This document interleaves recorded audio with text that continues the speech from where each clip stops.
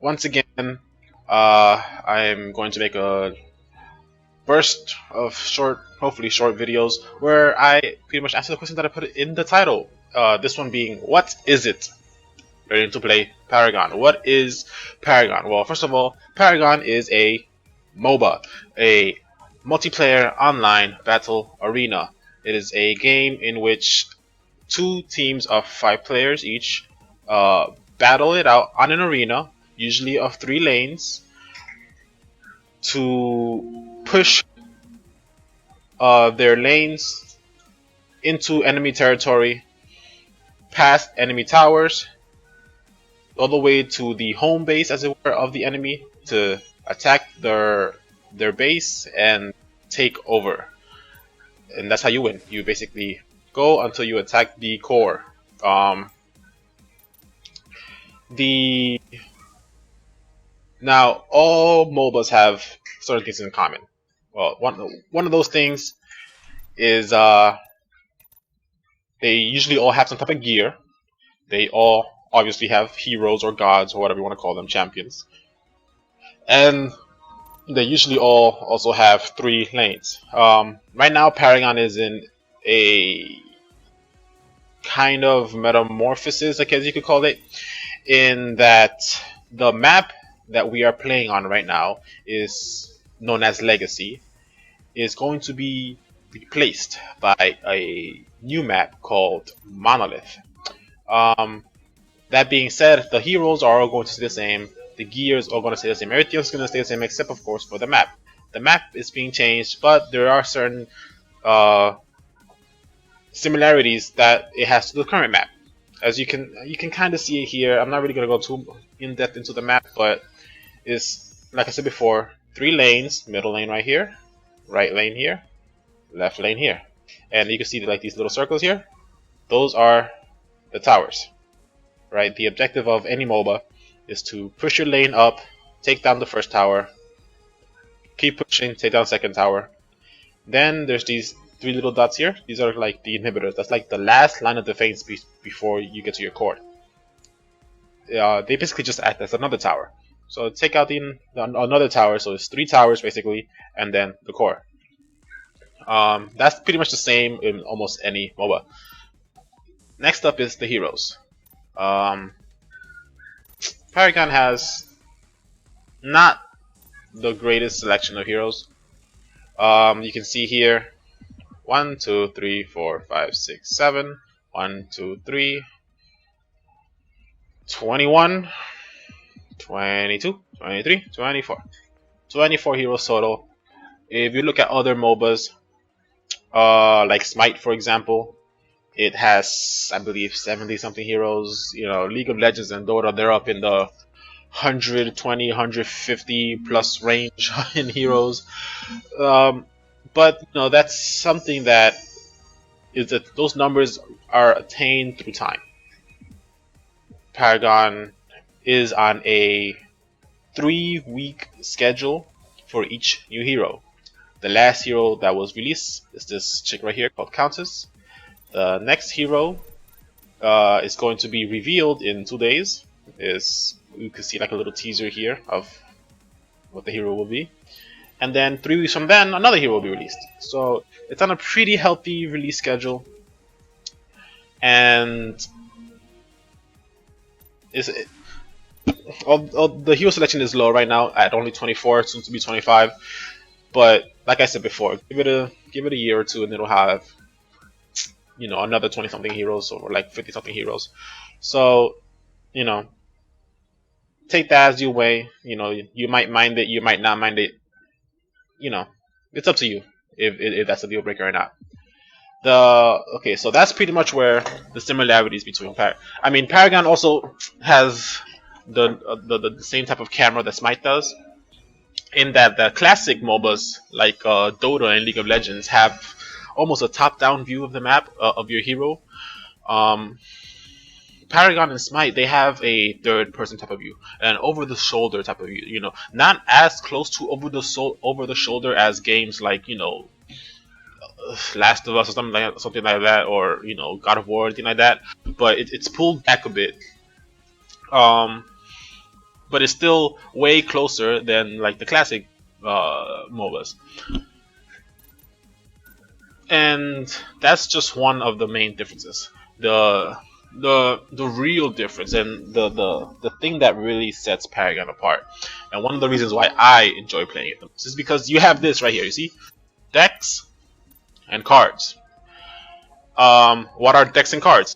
Literally, they are what you think they are. It's decks and cards. Think Hearthstone. Think Yu-Gi-Oh. Think Pokemon. uh, CCGs. You know, collectible card games. That's exactly what that is. It's cards, and you make decks. You make decks on a per hero basis. Um, there is some micromanaging to it in, well, not micro, was it microtransactions to it, in that they they want you to buy, what is it, where is it, hold on, I'll find it somewhere. Boosts, not boosts, is it boost? No, I don't think it's boost. But as you can see here, you can buy cards, but the thing is, you can't buy the currency that is used to buy cards. You can only earn that. See reputation right here? You can only earn reputation through winning and losing. You cannot earn it, you cannot buy it. There is a pseudo way, an indirect way to buy it, in that you can buy boosts that increase how much reputation you get, but you still have to play the game. You still have to earn that reputation. All the boosts are doing is increasing how much you earn per win and per loss. You're not really buying the rep straight out. When you, the other thing that kind of gets in the way of you like building a deck for each and every single hero is that you have a limited amount of deck slots. Here, I have 11 deck slots. I haven't bought any. I haven't spent any money on the game. You earn these as well. You can earn these as well. Every time you level up your account, there's a reward. Let me see. I could actually show you what my next reward will be here. Here we go. Alright, so when I reach level 26 here, it's gonna give you either reputation, card packs, deck slots, or other loot. Every once in a while, it won't be a random one. Every once in a while, it will be a card pack, or it will be a deck slot, or it will be whatever it will be. So that's nice. I mean, the random stuff isn't nice, but it's still, you can still earn everything you need to buy to get. Same thing on a per hero basis. That's what this whole thing is right here. Just like your account levels up, your heroes also level up all the way up to a maximum in terms of rewards to hero level 10, right? Now this is where it gets a little confusing. Level 2, 3, 4, 5. This doesn't count as a level. This is just a reward for completing level 5. These first levels can be when you level up to each level, you will get the reward corresponding to that level. So just like it says, when you get level 2, and by the way, the rewards is the same for each hero. So level 2, you get a random reward. Level 3, you get a card pack. Level 4, another random reward. Level 5, a card pack, and a challenger skin. Now, once you get to level 5, you can keep playing the hero and get to level 6. The only difference here is that to get these rewards, you will have to unlock what is called the Master Challenge for the hero. The Master Challenge can be unlocked by 2 different ways. You can spend 75,000 reputation to unlock the Master Challenge, or you can spend 1,300 coins to unlock the Master Challenge. And the coin is the premium currency. That's the one that you can straight out buy hero coins, and right here you can straight out buy hero coins and through that buy a Master Challenge. But you can't, like I said before, you can't buy the experience. You still have to play. There's no shortcut around that. You have to play in order to earn experience and reputation. The main difference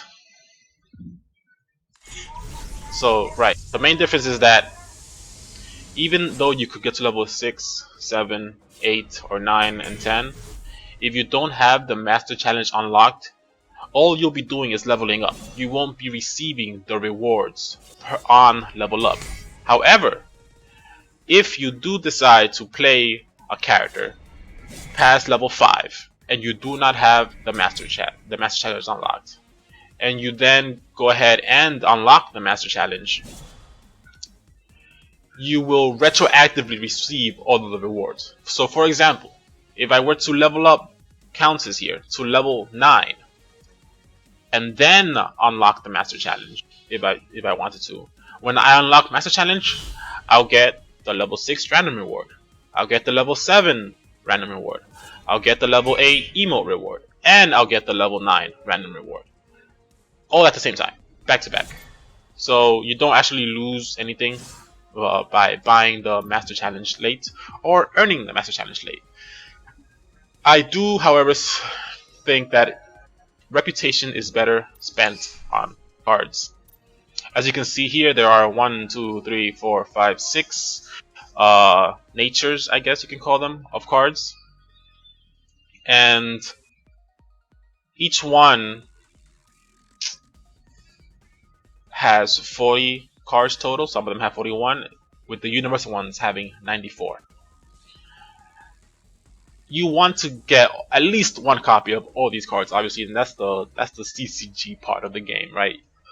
You want to have as many cards as unlocked. So you might be asking now, what's the point of the different orders? Well, of the different intellect, of the different I'm like order, intellect, Russian. What's the point of the different elements, right? Well, if you look at each hero, they all, well, almost all, have 2 natures to them. It varies. It's, you know, each hero, depending on like their personality, they each have a different set. How this affects the cards is that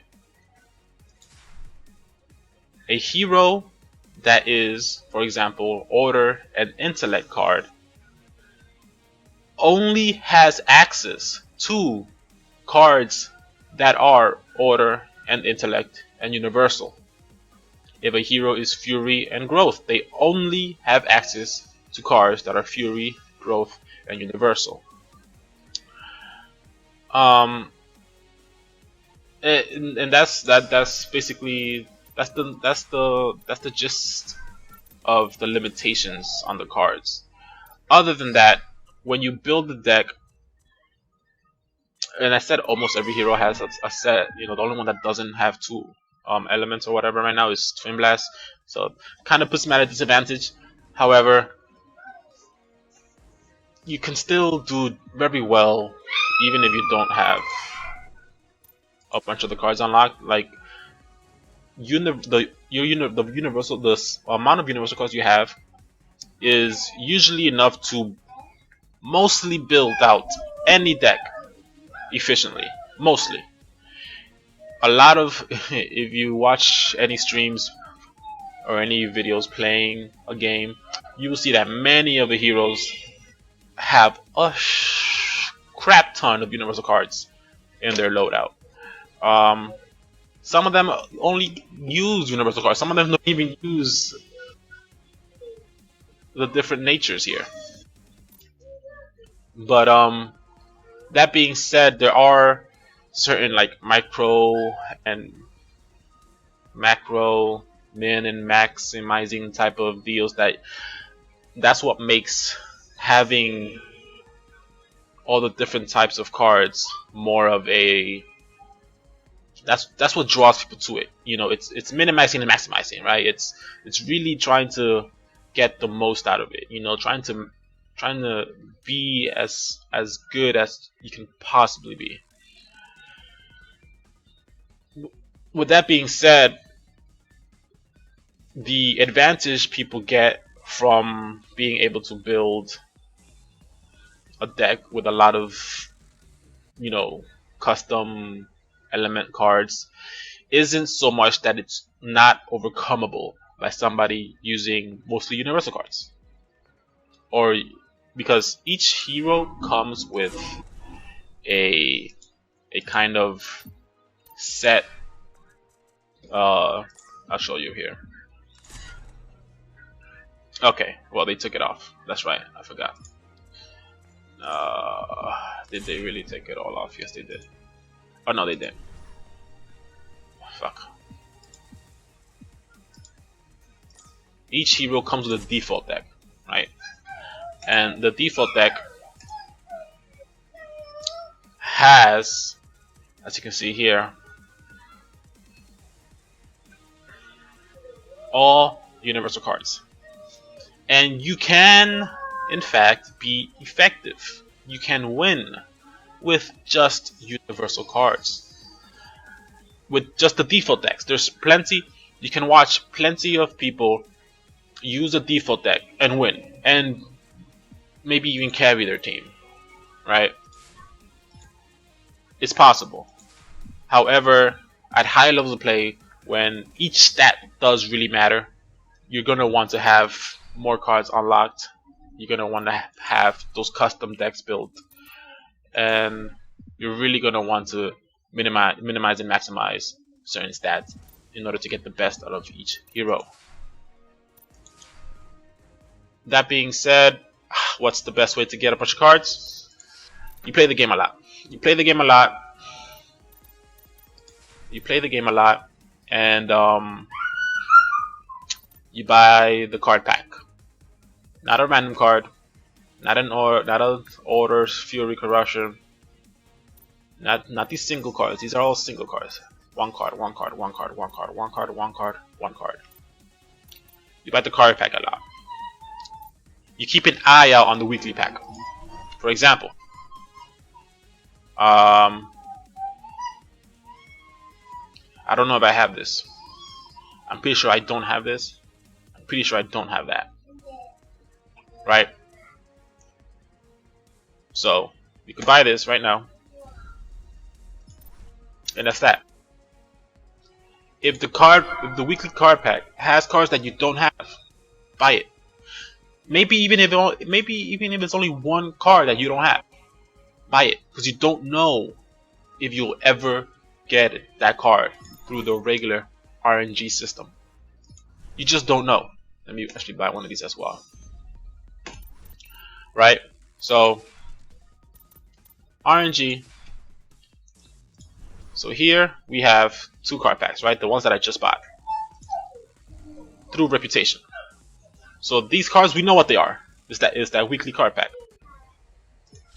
We're just gonna get those 3 cards exactly, right? But then this card, the one that costs 10,000, you get 5 cards. You get 5 cards every single time. So the value per card is 2,000. This is the best value per card that you can get. See, just gonna go ahead and open them up at one time. Oh, look, a basic card. That's awesome. I didn't have that card. And that's that. I had all these other cards already. This is the way the card pack, just a regular card pack for 10,000. For 10,000, I like to have at least 15,000 reputation saved up every single week, just in case a weekly card pack gets released with cards that I don't have. That way I could just buy that, you know. But I went under that just for the purposes of the video. This is the best way to get cards. You get 5 cards for 10,000 rep. That's 2,000 per card. If we go back to the card shop here, that is the best value for card. You don't want to spend 4,500 on one card. You don't want to spend 2,250 on one card. You don't want to spend 5,000 per one card. You want to spend 2,000 per one card. That's what this is right here. The only time you want to do this is if you see that there are cards you don't have. Because remember, it's always better to have at least one card. Even if it's a use, even if you're probably sure that you're never going to use that card ever, complete your cards. Complete your card collection. That will open up a whole level, a whole new level of strategies for you, for whichever hero that card belongs to. But other than that, you pretty much always want to build up rep in order to build 10,000 rep to buy this card pack. If we go back to the profile here, yeah, see a couple of my, this was at 86 I believe before, now it's at 87 because I got the that basic chrono card, which is a very good card to get. You get, you know, I'll explain the whole card system some other video. Just wanted to show. Yeah, see, I only have one card, just that one that I just got just now. That's awesome. So see, even though that was the only card that I got that was new, still worth it. Still worth it. So I mean, that's pretty much what Paragon is. It's a MOBA with CCG elements in it. And the way that the decks work once you're in game is they act as your builds, right? So you earn XP and you earn gold, basically. You know, let's just call it XP and gold for now. You earn that in order to be able to build your different cards, and you know, to build your different cards and you upgrade them, etc. like that. Just like any other MOBA, you get your pieces of gear and you upgrade them so that you can get them fully completed and earn whatever bonus they give. And that's that. It's a MOBA, not a CCG. It's not a you know, a freaking free for all. It's a MOBA. It just has that third person camera that really puts you in the action, and it has the whole CCG element, which is what's mostly unique about Paragon. That CCG element that Paragon has is not really found in any other CCG. So enjoy it for what it is, and yeah, that's all for now. Bye bye.